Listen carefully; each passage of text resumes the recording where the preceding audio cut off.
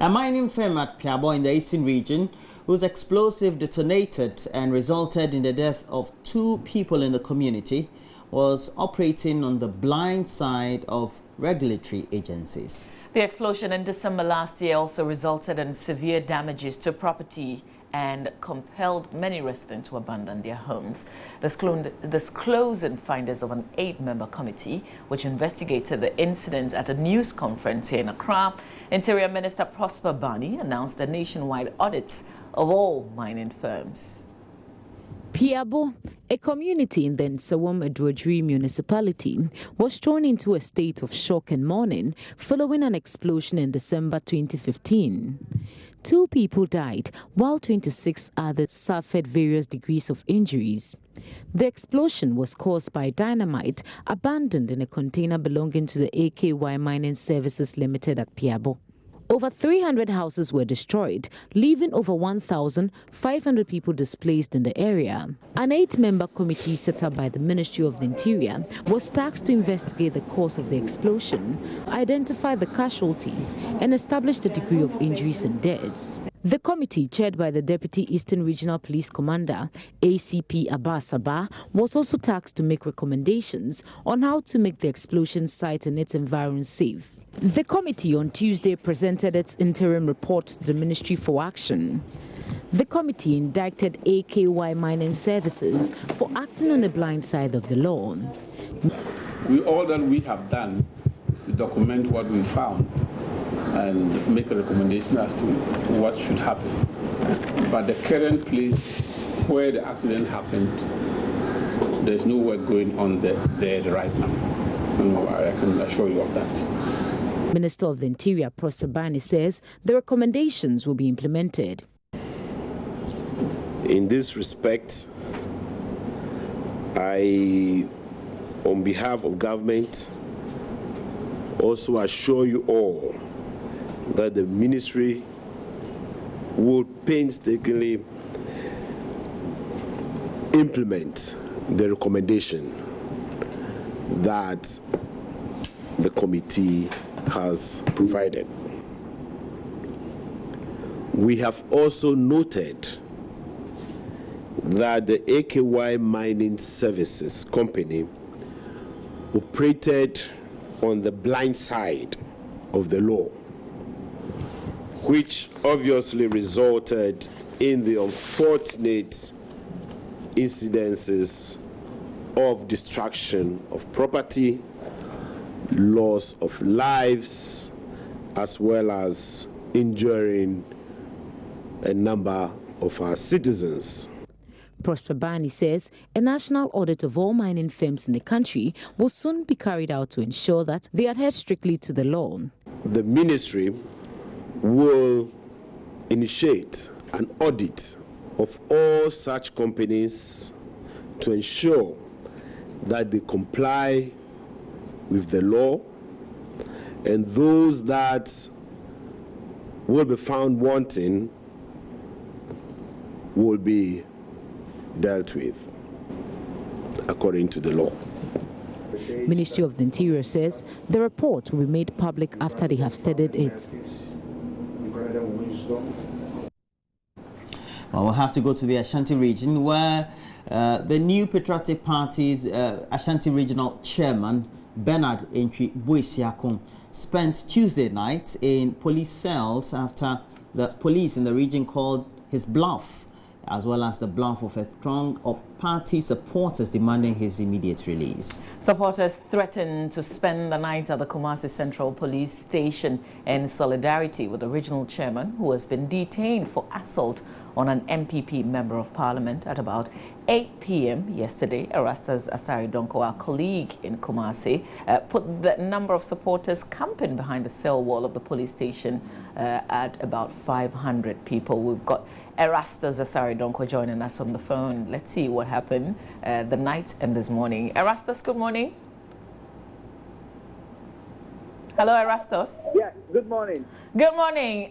You did a great job yesterday, but did you also spend the night there? Yeah, Yeah, I did up to 2 a.m. We still had people keeping vigil here, but the numbers had reduced to only a handful who stayed overnight chanting songs still. So right till this morning, there are people who slept here till 6 a.m. And now more people are gathering. They are still coming up in their numbers, massing up here as well. Temauntini has spent the night in cell. We do understand this morning that he will be arraigned before court, and we'll take it from there as to whether the court will grant him bail or not. So currently, as we speak, we are having more people marching up here trying to catch up with last night. So has the police addressed this crowd? No. Yesterday, they tried, they were inside the Central Regional Police Headquarters, and we had a contingent of military personnel brought in to push them out of the walls to outside the Central Police Headquarters. So we had some commanders telling them to calm down, move their protestation outside the walls of the Regional Police Headquarters. That was the only address given by commanders here. Aside that, they've been hurling invectives, they've been chanting, they've been insulting the security agencies here, but they've kept their cool till now, not uttering a word. But we've had word from sources within the service that they are waiting till about 9 or 10 this morning, where they will arraign him before court. So what are party supporters saying? What has been the conversation throughout the nights? Well, they think it's unnecessary. In the first place, they think it's a political vendetta. They think there's an unseen hand manipulating the police to keep their regional commander in cell. What they are not happy about and are incensed so much about is the fact that they say he was stripped off his shirt before he was ushered into the police cells, and they think it's the meaning of regional chairman. And they think that several people have committed a series of atrocities, even in the ongoing voters' registration exercise, and they have gone scot-free. And so they are surprised that a simple assault case will result in something that is non-bailable for that night. And that is what they've been talking about, and they are so angry with what has happened to the original chairman. Erastus, tell us about Collins Owusu-Amankwah, the member of parliament who was slapped, allegedly. Is he in trouble or anything of the sort with the members of the party? I don't think so, but when you talk about the supporters, yes, yesterday they were threatening that if he dares step foot at the regional office to try to take form for parliamentary primaries. Mind you, the parliamentary primaries for Mentia North has been put on hold for a long time, and they are saying that he should count himself out of the race because nobody is going to vote for him, and they are going to make sure that when he steps foot there, they deal with him drastically. So it looks like he has trouble with the section of the supporters. But yesterday, Regional Secretary Sampine told us that they will try to persuade him to withdraw the case from the police and settle that amicably with the party hierarchy at the national level. And so that is what they are going to do. They are going to convince him to drop the case at this particular moment and go for an amicable settlement. So it doesn't look like he has trouble with the party executives, but with the supporters, yes, they are very angry with him. But one more question though, and this is Roland Erastus. If the member of parliament is playing victim here and he has lodged a complaint to the police, why is it then that we have a lot more of the supporters siding with the regional party chairman? Well, Roland, your line kept breaking, so I couldn't catch your last question. If the member of parliament is a victim and so has lodged a complaint to the police, why is it that the large chunk of the regional executives seem to be siding with the regional chairman? Well, it looks like, he filed a complaint together with the Constituency Secretary, Felix Ibrahim. If you remember, he was allegedly slapped, and there have been many people who are confirmed to this, even some police personnel as well. And we also learned from eyewitnesses that the constituency secretary was pushed by him onto the floor, and he stepped on him, and the police had to restrain him. And so indeed, the case has been filed by the two at the police station. And so currently, their focus is on trying to get the two to drop the case, go for a settlement with the National Executive Council, and be able to smoke the peace pipe in that constituency. But there is a more deep-seated problem when it comes to Mencia North, because they think that the party executives are trying to unseat him because he's an Alan boy, and so you know, they have some bad blood between them. So we are watching as to how this will go, whether indeed they will accept an out-of-court settlement. Great job, Erastus. What's your plan this morning, though? Well, we intend to stay here for a long time. It's going to be a long day because we have to wait till they bring him out to the court, which is some few meters away from here, and then we'll be able to see what will happen from the court before we can find some refuge in our home to take some bath. Well, thank you very much, Erastus. Try get some refreshments. Yeah, and also some cocoa and kose will and some juice for the latter part of the morning. A cup of coffee as well. All right. Good for you. Thanks a lot. Erastus Asari Donko is our colleague in Kumasi, and he will definitely be giving us a lot more as and when things change at the Central Police Station in Kumasi. Now let's go to the court, where the Supreme Court has dismissed an application for the submission of fresh evidence by two politicians seeking to challenge the credibility of Ghana's voters register ahead of the November general elections. The two opposition politicians, a former youth leader of the People's National Convention, Abu Ramadan, and an NPP youth leader, Kwame Bafo, have been insisting the voters register in its current state is not fit to be used for the elections. Raymond Akwa was in court and came through with this report. The dismissal of the application clears the way for the court to decide on the substantive case on Thursday, May 5, 2016. Since the Electoral Commission rejected a demand to compile a new voters register, the two politicians have been arguing that it should at least conduct an exercise to clean up names deemed ineligible to be on the roll for the polls.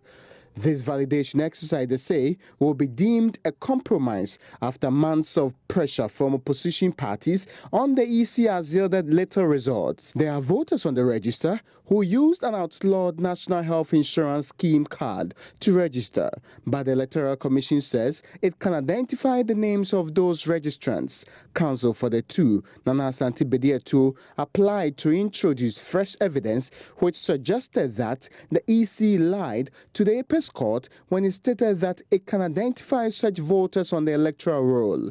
Nana Asante Bediatu says they are in possession of a tape recording of Deputy EC chairpersons Amadou Sule and Georgino Pokwamankwa admitting that it cannot determine who registered with the NHIS card and that its database captured no such information.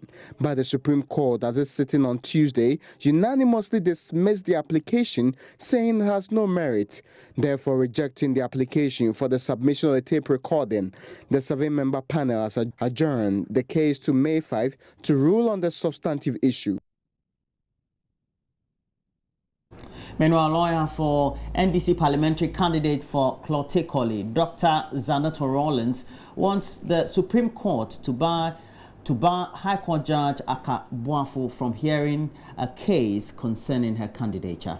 According to Godwin Tamaklu, the judge erred in law when he wrongly assumed jurisdiction over the matter and sought to interpret the Constitution.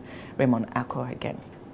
According to Dr. Janet Rawlings' lawyer, the function of interpretation of the Constitution is a Supreme Court responsibility that should not be exercised by the High Court judge. The judge had ruled that once Dr. Rawlings had put herself up as a contestant, she was caught by Article 94(1)(a), which required that she must be a registered voter at the time of her participation in the parliamentary primaries last November. The incumbent MP for Clotekoli, Niama Ashite, who lost to Dr. Rawlings last year, had gone to court challenging his opponent's victory on November 11, 2015, citing constitutional breaches.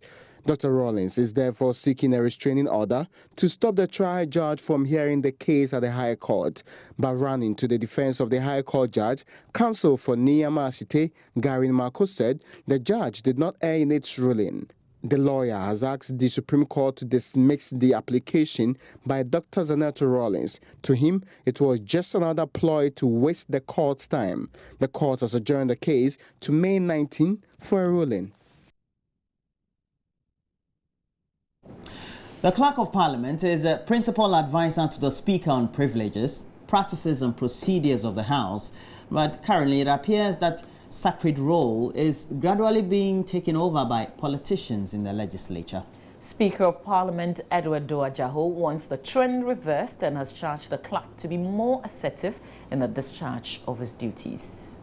Addressing the Africa region of the Society of Clerks at table, Ghana's Speaker of Parliament, Right Honorable Edward Doajaho, charged the clerks to be firm and resolute in directing the Speaker and leadership of the House on best parliamentary practices. Mr. Ajaho also pledged to resist political interference in the recruitment and promotion of staff of the parliamentary services. The events, which brought together clerks of various parliaments in Africa and some Commonwealth countries, will afford participants the opportunity to learn from member countries, best practices and institute measures to deal with current challenges.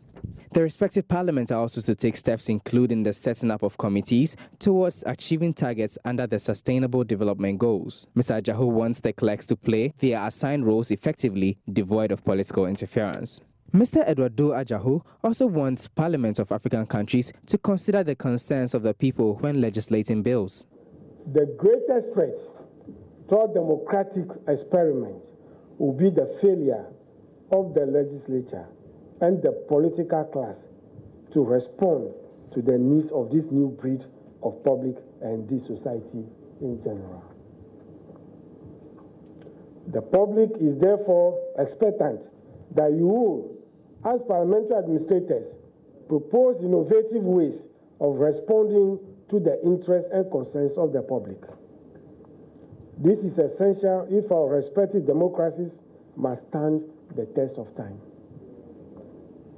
The recent experience in Burkina Faso, in which, despite public outcry, the National Assembly persisted in considering an amendment to the Constitution to make the incumbent president eligible for an extension of his term, resulted in the storming of the legislative buildings by the irate citizenry and the burning down of the facility.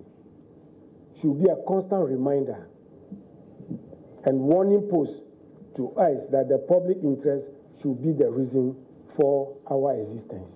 Clerk of Ghana's Parliament, Emmanuel, says democracy can only thrive in an atmosphere of divergent views. He called for more resources to parliaments across African countries to enable them play their role effectively. And that's it for the news this morning. As always, you want to get interactive, please make sure you do so. And we have a page on Facebook. Joy News on TV is the page's name. We've linked that to our Twitter handle at Joy News on TV. And we have a WhatsApp platform. 0560 800,000. Stay with us when we come back. We've got the newspapers right here on the show. We'll be right back.